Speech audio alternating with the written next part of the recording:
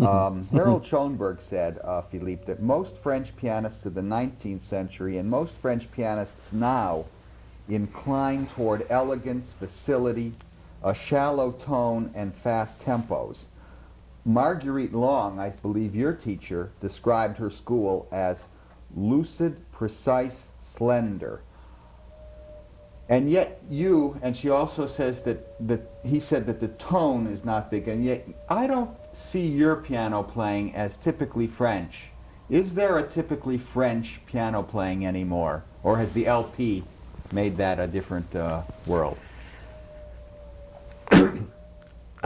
I think the description of the French school by our friend Harold Schoenberg is accurate in a way and not in another way. Mm-hmm. Because I can give a lot of examples of pianists who were great French pianists and who don't fit at all the description.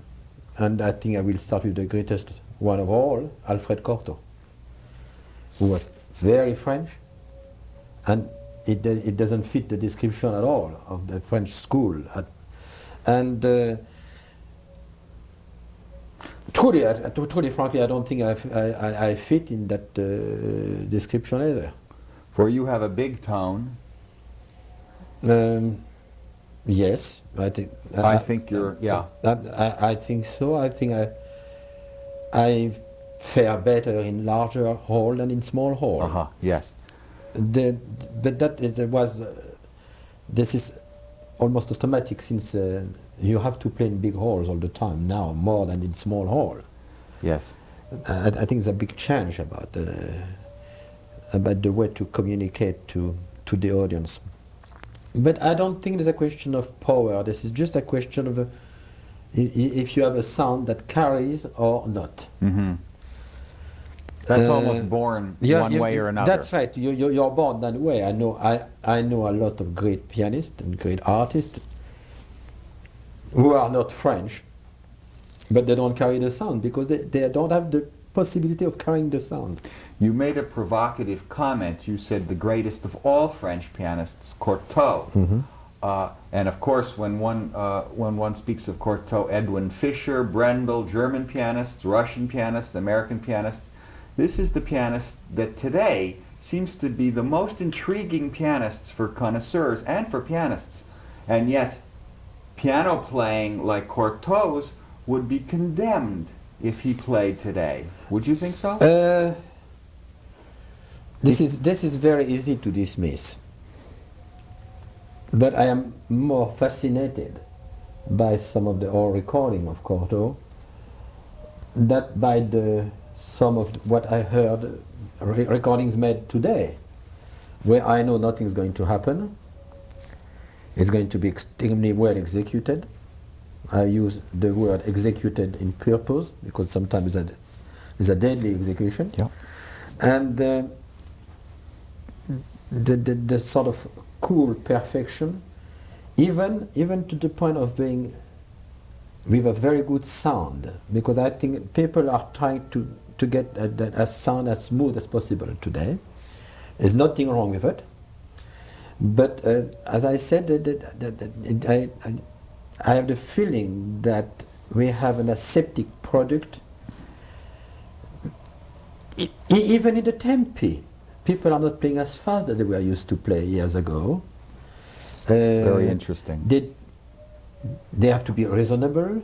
They have to be extremely middle of the road. Mm-hmm. That's my opinion of the piano playing of today. Is this because of the competition? This is because of the competition. This is an obsession, I think, about being as perfect as possible in order to be perfect as possible at the recordings that people are hearing on the radio or at home. And this is a little bit distressing for me. Philippe, is it possible that we live in an age that is so conformist that it wants the artists to present a middle-of-the-road balance? Yeah. So certainly, it was a time, that for sure, when people were going to extremes. And you know that very well, that after a time like that, we have the complete reverse. Yes. Coming up later on. And But some of the playing of today, I find it extremely boring. I go to a concert, I hear beautiful playing, very well balanced, beautiful sound. I am quite captivated by the perfection when I am at the concert. Yeah. But when I wake up the following morning, I don't have really much left of what I heard the night before. Yes. And that will never happen with pianists like Cortot. No. Even for the fabulous mistakes that I love, by the way. Mm-hmm. And Even his mistakes were fabulous. I think nobody has ever played the Chopin Etude the way Yeah. Cortot Oh. has played this is absolutely so immense, so gigantic. Yes. This is so. The last time I heard them, I was in Yugoslavia, and it was before a concert in Zagreb, and I was in my room and I put on the radio. I love to hear music, and I had the privilege just to hear the 24 Etude played by Cortot. I was beside myself, absolutely beside myself. Yeah. How can you play this way? Yes. The courage of playing the way he was playing, the non-conformity, Yes. the fabulous drive, The poetry. the poetry was immense. This is you don't play like that anymore. No. Well, of course, it could be that this was a certain genius, just as a certain composer was unique, Cortot was unique. But I still do understand what you're saying, that we're living in such a homogenized time that it's hard to produce even a Cortot. And if someone, as I said, if Cortot played today, he'd be condemned. They would say this is. I don't know. Yeah, we don't know. I am not too sure. Uh-huh. I am not too sure. Well, maybe we're ready now for a new phase of individuality. Did you Yeah. ever meet him? Yeah, but extremely briefly, because I was coming from another school Uh-huh, yes, that's right. as a young pianist. Yes. I was completely under the spell of Marguerite Long, So they were in a way rivals. and I was strongly dissuaded to to go to the other place. Uh-huh. Yeah. Yes, so you were from the school, the great teacher Marguerite Long. Was she an incalculable influence on your life? Not really. Not really? Not really. I am very grateful for a lot of things. She certainly was very demanding on me. That was they were teaching in a way that is impossible today. That was this sort of you do that The and you discipline. don't do anything else. And this is where we had a lot of conflict, because I was very Opinionated? opinionated. Opinionated. Opinionated. Yeah. Okay. We'll get it. What you We say is know all it. right. And we had quite some heroic fights. Really? Yeah. And Now- I was very interested with the Russian school, Yes, and she was not. and she was not at all. No. And it went as far that we just separate entirely. And when I was 17 years old, and I have not seen Marguerite Long before I was 27. Uh-huh. We have not seen each other for 10 years. Yes. And I met her again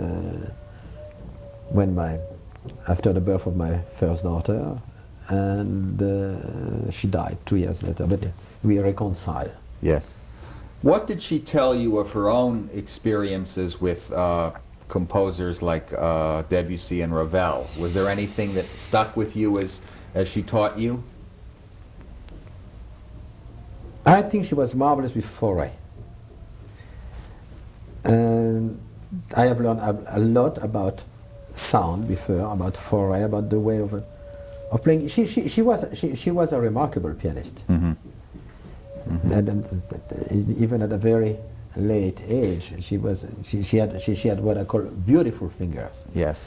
And Was she a typical French pianist in your estimation of Yes. that? Yeah. yes, And she played Debussy very well. Of course, Ravel, she knew Ravel very well, and she has made the premiere of the Tombeau de Couperin and also for the concerto in G. The recording of it. That's right. But strange enough, she always refused to teach me or to, even the mention of myself playing the concerto in G has never caught her at all, and she always, she told me that is my concerto. Don't touch it. Don't touch it. Well, And she was upset knowing when I played it for the first time. Well, your recording of that with Ormandy. That's right.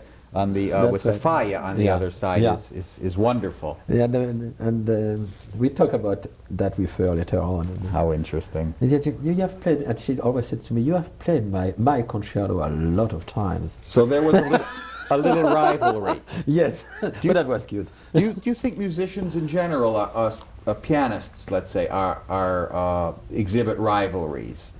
No, I don't. I don't think so. I think the best friends about musicians are violinists. Yes. They are very close to each other. Yes, they are. I think pianists are pretty indifferent, except in few occasions. And I don't think cellists like each other much. Yeah. Small repertoire. They Yes, don't want to share the Dvorak concerto. That's right. Philippe, you knew Robert Casatsu, Yes. and that was an immense artist, wasn't Yes, he? I had always a great admiration for Robert, who was really, I think, a truly French pianist. Yes. And the world thought of him as a French pianist. As the French pianist by excellence. Yes. I think Definitely. the American public sees you definitely as the representative French pianist here. Have you ever felt that? Maybe, maybe. The thing is that for many years I have not that much been associated with France anyway. I can say that I am French by accident today. Really? But you, of course, But play many French composers. I love French music. Yeah. There's no doubt. Do you think that, do you ascribe to the idea that if you are French, you have a better chance of playing that music, that literature better? No, I don't carry the nationalistic banner too much. It's very true that we are exposed to this kind of music at a very early age. And I was exposed to Ravel, Debussy, Fauré, Satie, your newest album? when I was very, very young, and that this is definitely a help.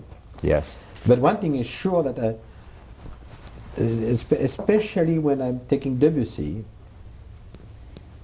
the way I play Debussy can change from one day to another. Very much so, because it's so much room in Debussy. It depends on the mood I am. I can have a very heroic Debussy one day and a very subdued Debussy another day. How interesting. Today it's not fashionable to any longer have the very impressionist kind of Debussy. Everyone is talking about Debussy. So clean and so structure. Yes, I am not too crazy about that. Not at all. You like to keep the mists in. Absolutely. Yes. Even taking a risk. This is one thing I object to. They don't take risk. Risks. This is part of the whole That's right. dilemma of our time, and it may well be, although you won a competition, Yes. they're a little different now. They're almost like prize fights. Yeah, this is like the golf circuit. Yeah. You know, this is a competition every week, and if you are lucky, you earn the money. Yeah. No, that's very bad. It's too many competition today that I am strongly against. Because they do undercut individuality eventually. Completely. Yeah. Yeah. Philippe, who are the undervalued French composers? For instance, I always feel that Fauré is such a genius, but he's misunderstood. Fauré is a wonderful composer, but doesn't carry at all in a big hall. That's a good example. That's absolutely, definitely my impression. And in the same time, this is not salon music. No. Great depth. We have a completely wrong approach of the music of Fauré, who is definitely not a salon composer, but definitely not a big hall composer. Yes. It's a very distressing fact. But I think to play Fauré in a hall like the Salgavo in Paris, that's marvelous. But you Yes. must not play Fauré in a bigger hall than that. Well, that is an interesting answer to a question, because that may well be why his performances are so few. This is almost none. Almost none. There are few. They evaporate in a big hall. I understand that. It doesn't. It loses so much in a big hall. So interesting. And not only that, but it doesn't fare well with the public at all. Now, I'll ask you this about a composer such as Fauré, and you have played him, recorded him. Mm-hmm. We have the music of Roussel, we have the music Sure. of But on Fauré still, Dukas Sonata, etc. do you think that with Fauré, he is not as good an export French composer as Ravel or Debussy? Yes, I think the biggest export is Ravel. Yeah. That's no doubt. Ravel is understood in more countries than even Debussy, isn't he? Yes, and yes, Ravel is really the internationally known French composer today. This is Ravel is played all over the world and loved all over the world. And you have to see the And why is it? Ravel royalties to understand that. This How come? He's the only one who reached extraordinary proportion. Now, why is that the French composer, with all the great French traits, why is that composer the one understood in Moscow as well as London? I think Ravel is aging extremely well. Aging well. It was a time he was under the. I think what has hurt Ravel at a certain time, that was the uniqueness and the greatness of Debussy. Mm-hmm. And it was always, the two composers always been linked. There was always been said that Ravel was imitating Debussy, and it's nothing further from the truth. It's not at all true. That's right.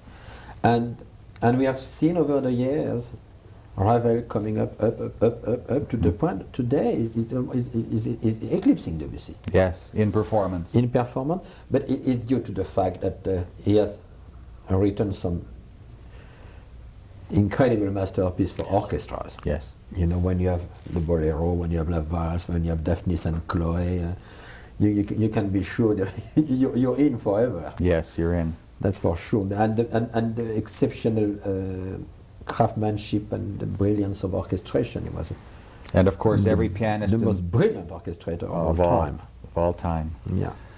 And of course, the Gaspard de la Nuit it seems to be played now by everyone. Absolutely everyone from every country. Yes. Yeah. It's almost like it's a badge. I play Gaspard. Yeah. If you can play Gaspard, you pass the exam. Yeah. But it's beautiful music. Of course. That's no doubt. So, Fauré then, he does not export well, and the big hall is a problem. Roussel has never done well in America, really, or No. many countries. How come? Too dry? I don't know. This is a question that I ask myself in a number of occasions, and I think I work like the Third Symphony is absolutely tremendous, and really put me on top of my seat. Yes. And I look around and I see no reaction. It's very distressing for me. No reaction. It's very distressing because I think it's a great work. Even The only work from Roussel was really called the big. It really had a big audience. Is Bacchus and Ariadne, the second suite with. And the piano concerto, in many I don't think ways, it's a good work. Has some power, though, but it's Yes, not but good for the... I don't think it's a good work. Yeah. You, on your recording of the Concerto and Capriccio of Stravinsky, he conducted himself. Was that a wonderful experience working with Stravinsky? Or was he a depressing kind of man? And did he hate the piano? It's very hard to say because first of all, when you work with somebody like Stravinsky, you cannot escape being in a sort of you have so much respect and deference that you're not really yourself in the first place. And I always said that it's not always good to know the composer. Mm-hmm. You have to keep some illusion sometimes. Mm-hmm. Now you also worked with Mio. I love your Lovely man. lovely, wonderful concerto you did, and the Jolivet. Darius was an absolutely darling of a man, and I was very close to him, and beautiful man. And the concerto was a very good work. Very good. Yeah. Very good, but Hard to program, though. Very, very hard because it's too short. Yeah.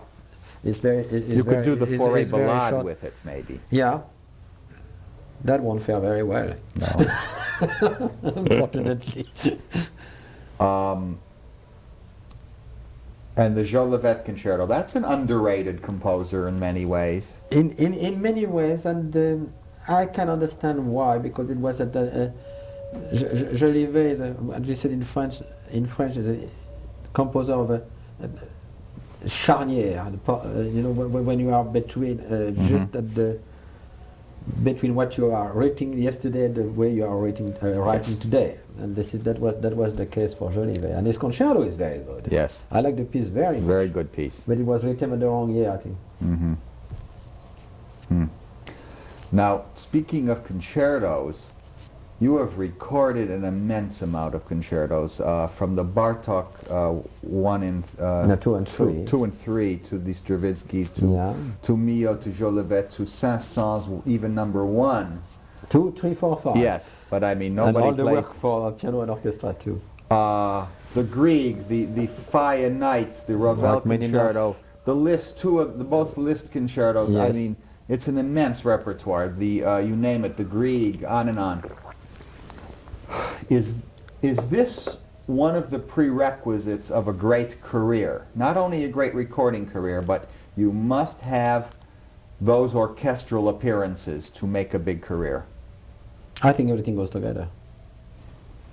This is as a whole. And I find nothing wrong about having recorded all those work, and I am very happy that I've done that. And I think it was good too that I was forced to make so many recordings at the beginning of my career, because that forced me to work a lot, and that forced me to build a very big and large repertoire, and that I'm very grateful for that. This is, as music director of of 2 orchestras, I got the repertoire of my colleagues, and I'm sometimes appalled to see how small it is, and they all play the same thing. Yeah. We always have the 6 same concerti. Do you ever tell these colleagues that this is not good for music? Yes. I don't think they care that much. They just want to play their Tchaikovsky concerto. That's right. Yeah. Yeah. The Tchaikovsky being one of them. They don't even, often they don't know there's a Tchaikovsky second or third. Third, that's And right. the second is a good piece. Too long. Too long. Well, Zolati had cuts in it. That's you know. right. And I think it's very wise. Philippe, how is the piano today regarded in French society? And what happened to the great French piano industry? There's no more Erard Doesn't exist or anymore. Pleyel or Gaveau. No, Gaveau, Erard. It doesn't exist anymore. What And, does this mean, that this doesn't exist? I think again is a reflection of the time. It was a time when people were buying piano the way that people in Japan are buying piano today. Mm-hmm. You know, even the daughter of the doorman, they were. Everyone had to have it. Everyone had to buy a piano. It was, you bought a piano. That's it. And that after the war, it was difficult time, especially in Europe, and the money wasn't there to buy instruments. And I think money. The war killed the French piano industry, very didn't it? much. Yeah. Very much. I think this is one of the main reasons. Yeah. Maybe the biggest reason. Yeah. Well, and of course, there was not such a great division then of popular and so-called classical music, and people were playing at home. And today, it seems that the world of the amateur is going, and everyone is a professional musician. Yeah, who plays. this is one thing that is very distressing. People were doing music for their own enjoyment. You were amateur musician. It was nothing wrong with that. I think that was absolutely superb. You had people who were playing string quartet, you know, they met every week, etc. Everybody was trying to play an instrument. And I think this is my opinion. I think this is where the recording has hurt. Mm-hmm. Because instead of being forced to do music themselves, it was very easy just to take a recording, put it at a machine, you put the needle on, and you have beautiful music around. And I think the recording industry has hurt the amateur musicians extremely. Yeah, yeah. That I'm convinced. Because I will have done the same thing. Sure. It's wonderful because and people, they don't have the time as much as before. People How are not come taking the there's- time to live anymore. People don't have the time to We come have, home we have television. and play the piano. People are looking at the thornbirds. So we're, You know, I yeah. was giving concert the other day. My God, they were such in a hurry to go out, to go home, to see at least the last 10 minutes. Yeah. It's just dreadful. Once they would have gone home and they would have, Television, recording, all that stuff, I think has hurt very much. yeah. People don't, I don't think people read as much as before. No, so they don't read, See, they this is don't the play same the thing. piano, they don't play in string quartets. They seem to do only one or two things, watch television or watch sports. Yeah, Sports seems because to... sports on TV are much more attractive than sport when you have to go to the stadium. Yeah. Now, Catch cold. we were, we were, Great stuff. we were talking about the fact that that piano playing is now homogenized, that we're living in an age of conformity. Do you think that we are trying to escape from ourselves to such a degree that we just lose ourselves in entertainment, in passive entertainment, and are frightened now to do anything on our own?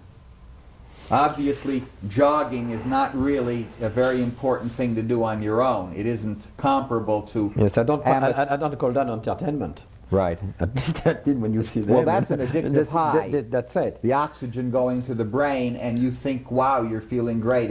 It's also a narcotic like many drugs. It's in a way, yes. Yes. But Is it- people go to concerts today more than they used to. You believe that? Yes, I think the audience is certainly bigger and growing, and that's good. That's good because, again, this is a part of the entertainment. We go to a concert. We have to go to listen to some. This is where professionalism exists. They like to see a good baseball team or a good football team, Good pianist. and they like to hear a good piano playing, good violin playing, or good orchestra playing. Mm-hmm. That for sure. That the star system. That's another story, of course. But because I think the star system has always existed, but not to the star system in the past. There were so few of them. But today, if you consider the number of pianists who are playing today and who are making a big career, this is certainly the field is certainly bigger than it was 50 years ago. Mm-hmm. That's no doubt, Mm-hmm. because there's more opportunity. Mm-hmm. Yes. Look at the number of orchestras today, More than ever. more than ever. The quality of orchestra has gone 50 years ago, it's incredible how Six- the orchestra plays today in comparison of even in comparison of 20 or 30 years ago. The quality of playing has been rocket to the top, but it's in an incredible way. 100 years ago, you could not have combined conducting so easily with your piano. No, that's for sure. The orchestras sure. weren't around. That's it. That's it. Would you discourage, personally discourage, as a teacher, as someone, a man of the world, and someone with a big career who knows what can and can't be done, would you discourage so many of these young people from even entering conservatories and perhaps saying, keep your music to yourself for your own pleasure in an amateur way, instead of going out into that rat race? And I like the expression, the rat race. I truly think that the approach for music school today is a little bit wrong. Again, the spirit of competition is so strong. I'm going to try to do better than the other one. I'm going to try to play faster, but that is finished now. But this is the...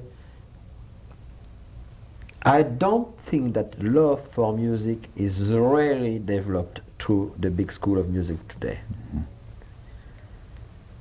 This is one thing that really disturbs me very much. We are not making music lovers in music school today. This is most of the music school today remind me of General Motors more than anything else. They produce. Mm-hmm. This is a product, and that's not good. That's not good.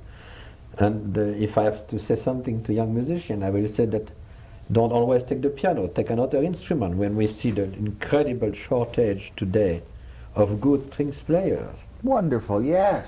And especially we are desperate for good string players in orchestras today. You'll only... Mm-hmm. And I am very distressed to see all those piano students. What are they going to do later on?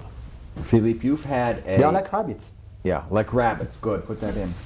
I am distressed. It's a very good... You're saying some important things. And I'm saying just what I've... But they're important.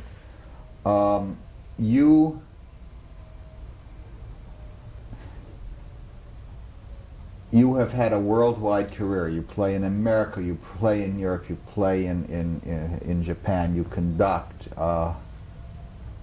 You have a wider repertoire than most people.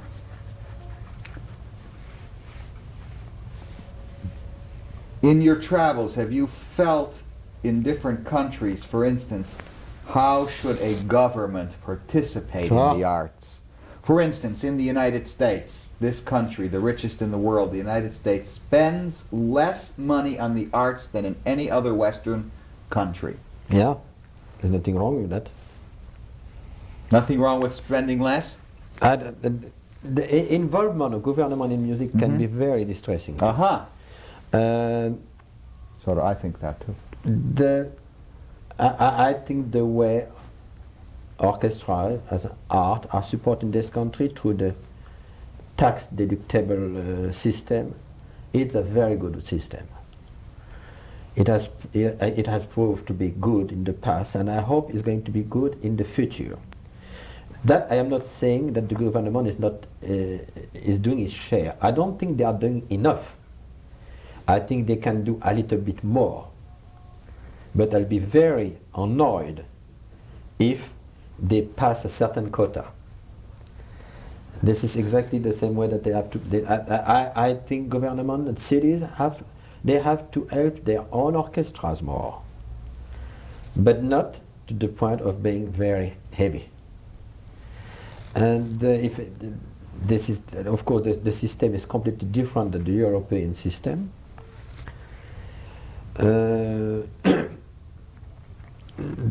It's a lot of money for the arts in Europe. Yes. You heard about the Concertgebouw, the big story there, about reducing the size of the orchestra and the stance of Haitink. I think Haitink was right, because you must never allow to have a reduction of personnel in an orchestra. But I think for an orchestra like the Concertgebouw, to come from 145 musicians to 130 is not that catastrophic. But the fact the fact of reducing is bad. Art is expensive, but in the same time is not. You must not consider when you give money to the arts like doing a charitable thing. That is a completely wrong approach, because at the same time it's a business. You are supporting the art, you're supporting an orchestra, but I think an orchestra is a great asset in a city. You are supporting 100 or 120 persons who are earning a comfortable living and more than middle class, sort of elite in a city, and they spend too. This is the money is recycled, and to have an orchestra, to have a hall, etc., is good for the neighborhood too. I have seen when we opened our new hall in New Orleans, right downtown, how it has been profitable for the garage next door. Then he has a beautiful new Porsche, you know. Then it's Sure. good to know that the owner of the garage has a car. I asked him the other day, my God, you have a beautiful new Porsche. How come? He said, thanks to you. This is Of the course. profit I made from the parking for the concerts. I think it's great. That this is very good. That brings good business for our city. Well, of course, in New Orleans, this is a region of the United States where to have, as an important city, to have an important orchestra is also good for the whole area of the country. And for the image of a city, I think Exactly. this is absolutely terrific. It keeps away the idea that, only culture from Boston to New York, and Philadelphia. That's right, and stop right there. Then, yeah. And I don't think it's the case. Okay. I don't think it's the case at all today anymore. No. But one thing that fascinates me when I go to Japan, this is how they listen to a concert. This is really an experience. You will never hear anybody coughing or anybody moving, even an inch on their seats. The silence is absolutely thick. It is incredible. The attentiveness, the seriousness. It is incredible. Philippe End of the. doesn't know. It's a good lead into this. Does an audience like the Japanese spoil you for other audiences in other countries? And I'll add something to that. What do you as an artist expect from an audience? The communication. It's true that we are very sensitive. At least I am. I am very sensitive to the quality of the audience I have there. If I can feel the vibes, and it goes both ways. I am there to communicate to them, but I like to know if they are getting the message, or if they are sympathetic, or they are there to. And this is a fascinating story. This is why it's so good to be on stage and to have an audience. I feel absolutely the contrary that Glenn, who said exactly the contrary that I said. Yes. And I definitely need the audience. Yeah. And I Now- think it was the same thing for Rubinstein. Yeah. You've just mentioned two great artists. Oh yes, they were great, both. Give me your.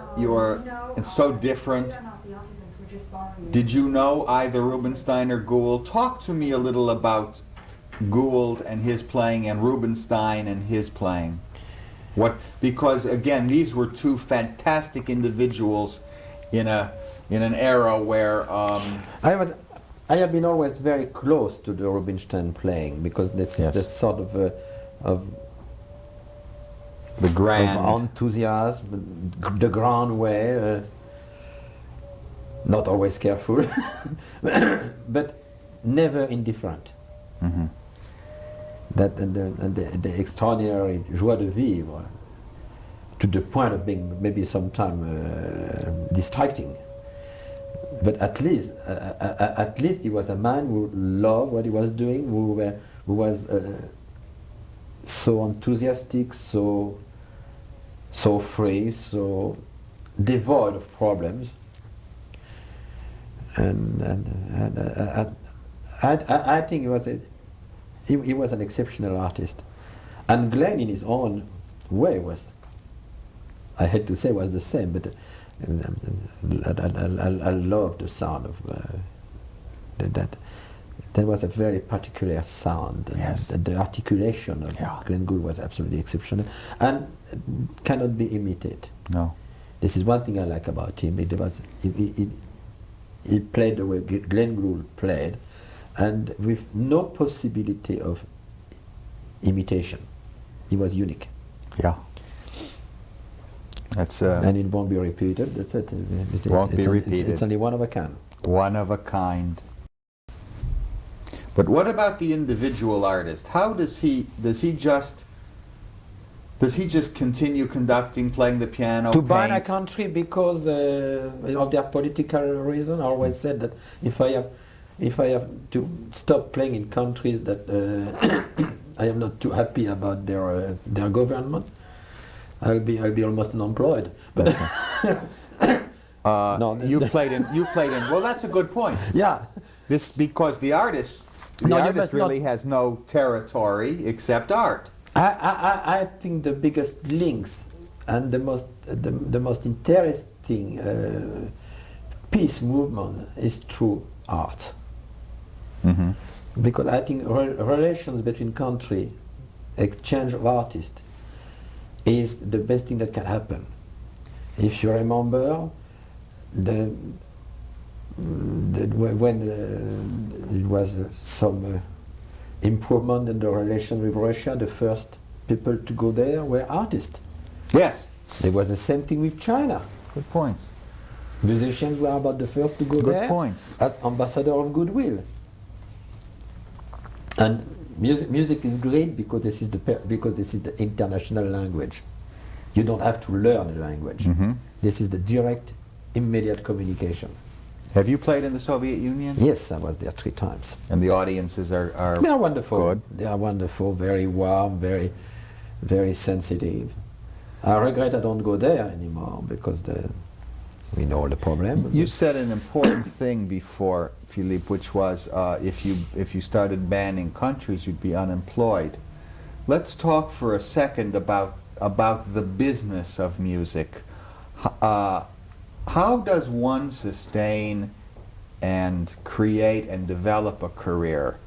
No, It doesn't just happen. it's so many things. The implications are so. If a young artist were in a conservatory knew exactly all the implications, I'm sure he will do something else. Right away. That very statement I will attach, you see, into an area where that's so important. That's what I was after. Because you have as much chance of becoming a well-known artist, a well-known musician, that being the president of your country. Great. That's right. If they understood that, That's it. And that means the chance you may are have very a chance. You may have a better chance, like Yeah. Paderewski, to be president of Poland than to keep your piano playing going. Exactly. Exactly. Now you have been conducting for a long time now, Yeah. and more you're moving toward that. You had made even 10 years ago Satie and Mozart albums and in conducting. Now you're even into it more. And I'm going to do more recordings. Yeah. This is it's coming up soon. And your last recording was a piano recording, the Satie, right? No, That's out. the very latest one is Vincent Dandy, The Symphony on Symphony a French. on That's a Montenegro. wonderful work. That's right. and the Forever Live. Yeah, that's right. That's right. And I love. Well, again, that fantastic repertoire. It's unbelievable. Yeah, that wonderful little waltz of Satie that you. they are incredible. Yeah.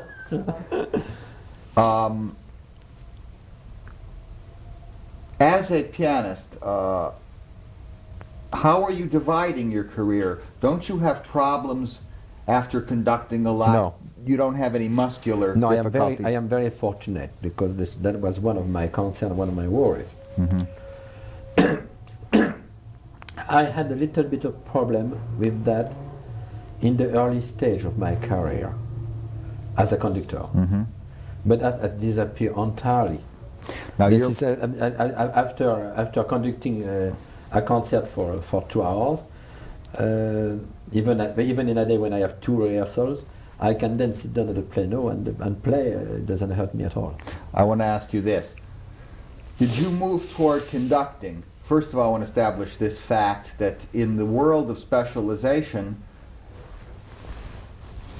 there are no more musician, pianist, or violin composers who are both pianist composers, and the talent definitely would seem to me that a man like you or Ashkenazi who conduct, they would have been composers in the 19th century, but the art of music is now an interpretive art. The piano may not have been enough for you and for other people that were going into it. Glenn Gould was going into conducting, you know, again recently in his career. Ashkenazi, it's going on and on. Many Definitely, people. yes. Is it because there's no compositional outlet that you have to now leave the monochromatic world of the piano to move into another area? monochromatic Because world of you're, the piano- you're almost bored with one thing. No, I don't think Okay. so. I don't think so. I think the piano lead you to the orchestra. This is my approach is completely different because we are very close. The piano is a wonderful instrument.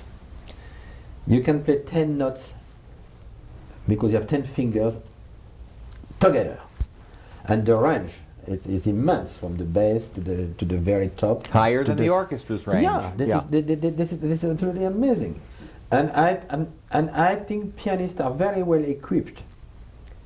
Contrary to what people think, They are the most equipped. to become conductors. Yes. This is very fashionable to say that pianist cannot be a great conductor. My Well, they God, all were. When you see who, starting with Karajan. Karajan is a pianist. Georges was a pianist. Bertin is a pianist. Schulte. is a pianist. Well, look at Liszt was a pianist. Von Bülow was a pianist. Yes, that's right. This is incredible. I've never heard. Well, I think it's reasonable because I, in my own experience with musicians, have found that by far pianists in general are the best musicians. Not tuba players, not cellists. Sometimes this is due to the large repertoire Yes. and to the incredible quality of the repertoire. Yeah. The I don't quality. know. I don't know why, but composers are always express themselves the best through their piano work Yes. or chamber music. Yes. You know, quartet. Yes. That cannot be touched. That cannot be surpassed. But next to that, I'm sure there are the piano works. Yes. And I think the piano works from composer is even more interesting than the symphonic works. Oh yes. So It's then- only 9 symphony by Beethoven, and we have 32 sonatas. Yes. This is an example. We're now talking about moving from one of the quality of the piano literature to the. Is abstract music of a higher order for you than, say, opera or a song where a composer is characterizing words? Opera is the most elaborate form of the It's musical. elaborate, Yes. but it's not abstract. No. Piano piece. Yes, it's true. And to come back to the subject of piano versus orchestra, I have never heard of a violin piece being transcribed for orchestra. And look at the number of piano works. Yes. Look at Ravel. The Valse Noble and Sentimentale, the Tombeau de Couperin, the Ma Mère Loire. Most of Ravel works has been transcribed for orchestra, and when you have them playing by an orchestra, you have no idea they were composed for the piano the first time. Yes. Philippe, you're one of the. The rapport is incredible. You have played since, my God, I remember not that old. you played in Columbus, Ohio Yes. in 1958 when I was there. Yes. You have been playing, you're still a young man, and you've been playing since you were 19 and 18. 15. I gave my first concert when I was Now, 15. and you've also been one of the rare people in the world to constantly be in front of a big mass public. Now, I want to ask you this question. Do you envy? Don't answer so quickly, because this is a big thing. Do you envy a pop singer or a rock, especially a rock group, the kinetic impact they have on an audience? No. Okay, why? Because this is extremely artificial. Can you talk a little about that? Yes. I think the fascination of a rock group is made. I know, because I was exposed to that. I am curious enough to. I went to some concerts just to be to be exposed to try to analyze the phenomenon, and I think this is a reflection of the time. This is a reflection of the youth today, and the louder the better. And I think that the sound of reproduction has so much to do with this sort of mass hysteria, because for me this is a mass hysteria more than anything else. But it's not because you have a group of young guys on stage who are, in my opinion, most of the time completely devoid of any talent, but through the sound reproduction, just create Frenetic this sort of fanatic excitement. But there's no jealousy when, No, when I they're have no screaming and they seem to have No. such an immediate impact. Do you ever want that for your own conducting or playing? I think it's much better for the young people to get completely hysterical over a rock group than being hysterical the way they are in Iran over Khomeini. Okay. We've touched on many things, from the business to the repertoire, and I'll ask you this. There's a price to be paid for everything. You've been playing since you're 17 worldwide. I mean, the energy alone, think of it. You have to go get a piano today, you have to test it out, you have to, get your laundry, you have to overcome jet lag. How does this constant worldwide touring, playing this big repertoire, affect important relationships in your life? You're a father. What about friends? This is one thing that it's very hard for me to discuss. We won't talk about it then if you don't. No, Okay. this is. It's a lot of burdens. It's a lot of sacrifices made. But they have to be made. When you have to be grateful. If you have been blessed with a talent, you have obligations, and the joy that we are ourselves, the feelings we get, because we love what we are doing. I have never considered what I'm doing as a work. I don't go to work like somebody who goes to the office in the morning, Right.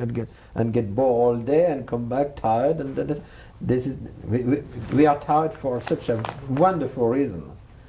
And it's true, it affects a lot the private life. It affects a lot of things. But this is the price we have to pay, and this is the price we are ready to pay for. It's nothing perfect. Yes, nothing perfect. It's nothing perfect. People have a very wrong idea about the glamour of a life of a touring musician. They don't realize the enormous amount of work. They don't realize the incredible toll on nerves. You have to have nerves of steel to succeed today, especially in our time when we can do so much, with the jet. They have no excuse not to be on stage almost every night. And it takes a lot of it's not that fun all the time. Not that fun. But let me tell you, the only fun we have and the only joy we have, this is when we are on stage. So stage is your home. Yeah, Yeah. yeah. And you feel good on stage. So most of the time, most of the time. I understand. Yeah. Now I'm going to ask you just some quick. How are we doing? Sometimes I don't feel well on stage. Yes. I think it happened to all of us, and I hate it. This is really when I'm extremely tired, or when I had. But I when feel have in your particular case- bad day, and because we are human too. you know. Yes. This is, we are even more than some people. I ask you this. Because we are extremely sensitive. Before you said that you were grateful that you had to learn all of that repertoire early. How do you keep it up? You know, with this constant activity. Do you still practice hours a day? I practice. I think a lot about music. Mm-hmm. In fact, I always think about music. Yes. You dream about it. Usually, yes. You ever have bad dreams? Any? Oh yeah. Yeah. Hey, this is the worst. Do you Yes. ever hear music in your dreams that perhaps you don't know, and you get up and you say, "What's that piece?" No. I'm going to ask you of certain composers, because it's fascinating for pianists, to tell me when I give the name of the composer, to give me a fast reaction of, technically speaking, we're not speaking of spiritual or musical qualities or the whole, but just digital horrors of certain works that you have encountered in your career. Chopin, for instance, the etudes, are they the most difficult? Most difficult, extremely well written. That means playable. Very good. Schumann, Very weird. weird. Very weird. Yes. Awkward. Sometimes awkward. Yes. Hate all the finales of Schumann. You hate the finale Yeah. of the symphonic etudes, for All of instance, them. and all of them. For me, this is that rhythmic obsession of that sort of madness, because it's you find that in every finale of a. And the constant dotted notes. That's right. That's right. And that drives me crazy the way it was. Philippe, Beethoven. Massive. What works certainly that are real beasts? I always said that Beethoven is absolutely the contrary of Mozart. You are really on the ground with in the good sense of the term with Beethoven. It's a very earthy composer. Technically difficult in what you've played at Beethoven. Sometimes awkward. Yeah. What are Big the- distance between hands. Mhm. Maybe due to the fact it was his deafness, making the right hand in the very high portion of the keyboard and the left hand in the very low portion. of the Difficult keyboard. engineering. Yeah. Liszt. Transcendental. Not as difficult as it sounds. Yes. Absolutely true.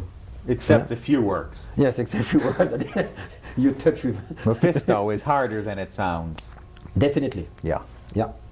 That is a very difficult word. Transcendental etudes, easier than they sound. Certainly.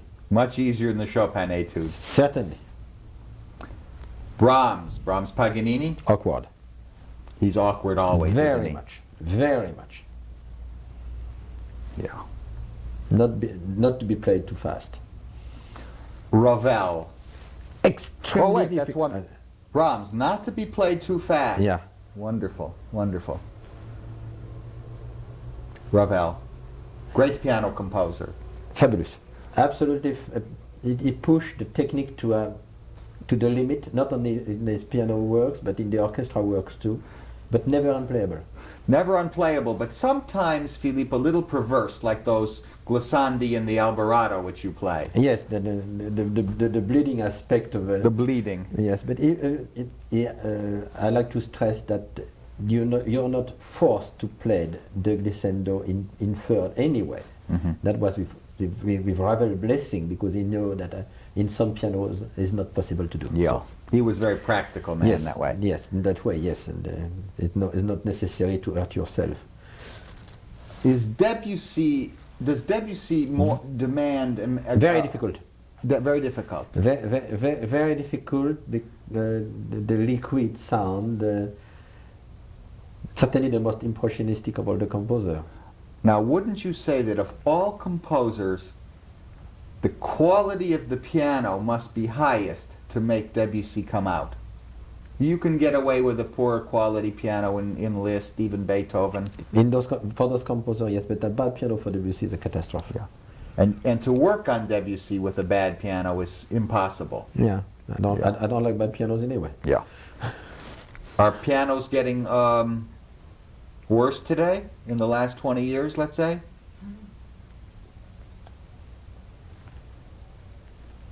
Even though there are more made all over the world. Let's say we have some hopes. Good. We have some hopes, especially with one brand, with one piano maker. Any opinions on Scriabin's textures, pianism? That you touch a very sore subject. Oh, really? Give me... It's the only composer I can stand. Because I know you don't play anything of him. I'm sorry. Temperamentally, it's... For me, this is I am very honest about it. And how come? When did that happen? And Always. because you're interested in the Russians. Yes, very much so, but for me this is so sick that I can't take it. It's sick mentally, you mean? Yes, extremely. Morbid and... Extremely. That I can't take it.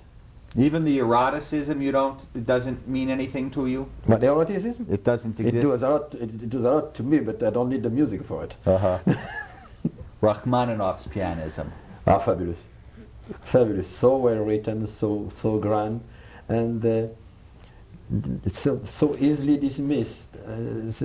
I think they are very unfair with Rachmaninoff, and I will always remember that I was discussing that with Zino Franceschetti, and I was playing the second, the third stand, and like a young artist playing a lot of Rachmaninoff, and I felt sorry for playing that much Rachmaninoff, and Zino said, "Don't ever say that. We'll be so glad to have a violin concerto by Rachmaninoff." Oh, right. Oh. Prokofiev's pianism. Wild, absolutely exciting, witty, Yes. naughty. Mm-hmm. Too many notes? We can drop few. Mm-hmm. Yes, not too many notes. I think this is a very... his piano works are extremely well written, but extremely difficult. Did you say naughty or noti? Naughty. Noti, okay. I'm sorry. No, Bartók. Fabulous. You have an affinity for him. What kind of pianism For is me, it? but maybe the best composer of the 20th century. For piano? In general. In general? Yeah. So one of the great masters. Is your hand great for the piano, in your opinion? I never asked me the question. I never asked myself the question. Maybe a little bit small. Really? Yeah. But And how do you come to that conclusion? Because it doesn't look small. yeah, I can do a 10 easily, but I'd love to be a You just something want it. more. Uh-huh. Why not? But, Yes. Who were the pianists that have influenced you most? Were they Slavic? Was it like Joseph Hoffman and Rachmaninoff? I think Rubinstein. Rubinstein. Because I had the possibility to hear him. I went a concert that has very much impressed me was the last concert of Horowitz in Paris in the 50s. That was quite an experience, but certainly not to be imitated. Yes. He can't be It imitated. was wonderful, but it was wonderful, but not really an inspiration. Many people have tried in vain and in hardship to imitate him. This is one thing I object so much. I remember a young French pianist who came to see me not too long ago. It was 4 or 5 years ago, and we were starting really It was a girl starting a career, and etc. And I cornered her one day. I said, "How do you really? What is your conception of an interpretation?" And very frankly, she said to me, "I listen to a lot of recordings, and if that pleases me from Brendel, that pleases me from so and so and so and so and so, and I take and I try to do what they do, and what I consider the best for me." That means she has nothing to say, and she doesn't play anymore. Good, but the thing is, you don't have. Please never imitate. You don't have to imitate anybody. And that means you have nothing. You don't have. You have to express your personal feelings. Your interpretation has to be your own. And don't care about what people say. Don't care what about critics says. They are human too. They can have a bad night too. Are critics necessary? Newspaper critics? Listen, we know very well that we are going to get a cold once in a while. We have to live with it. And I think to be a music critic is not a very easy thing to do in the first place. I feel sorry for them most of the time. They are not liked. They're not liked. They are not liked by the artists. They are not liked by their readers most of the time. And the readers today are not as influenced as they were before. They're not as informed? Yeah, they're influenced by the critics as before. Oh. And, I went myself to a lot of concerts, I read the reviews, I said, my God, we were not going to the same place at all. Mm-hmm. It's true, but this is one thing that we have to live with, and let's not get upset about it. And I don't believe an artist when he said he always had good critics. It's not true. No. It's not true. Listen, I have got extremely good reviews for concerts that I was not too keen on. Mm-hmm. And I was as furious about the good reviews that being furious about the bad reviews for a good concert. Yeah. But now do you think I read the age at the age that doesn't do anything to me. I like, if they are happy, good. If they are not happy, too bad for them. Do you think that reviews ever really made or It was a time, yes. no more though? I think it can still hurt a young career, and it can still hurt a young artist. Philippe, this is what I am very distressed about. They can hurt a young artist. Yeah. I've heard bad performances, and of course a reviewer can review it bad, good, or indifferent. One doesn't know.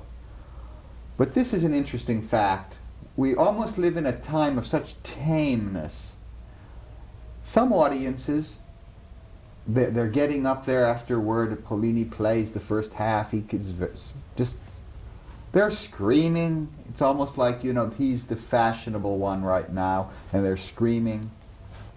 What about, have you ever heard an audience, for anyone, boo the performance? Really boo it? Like they used to boo new music. In other words, to me, it's like there's a tameness going on in the world. What if you hated someone? Would you ever boo anyone? If you like to have boos every night, you have to go to the Vienna Opera. Oh, really? This is on a permanent basis today. I didn't know. Oh, yes.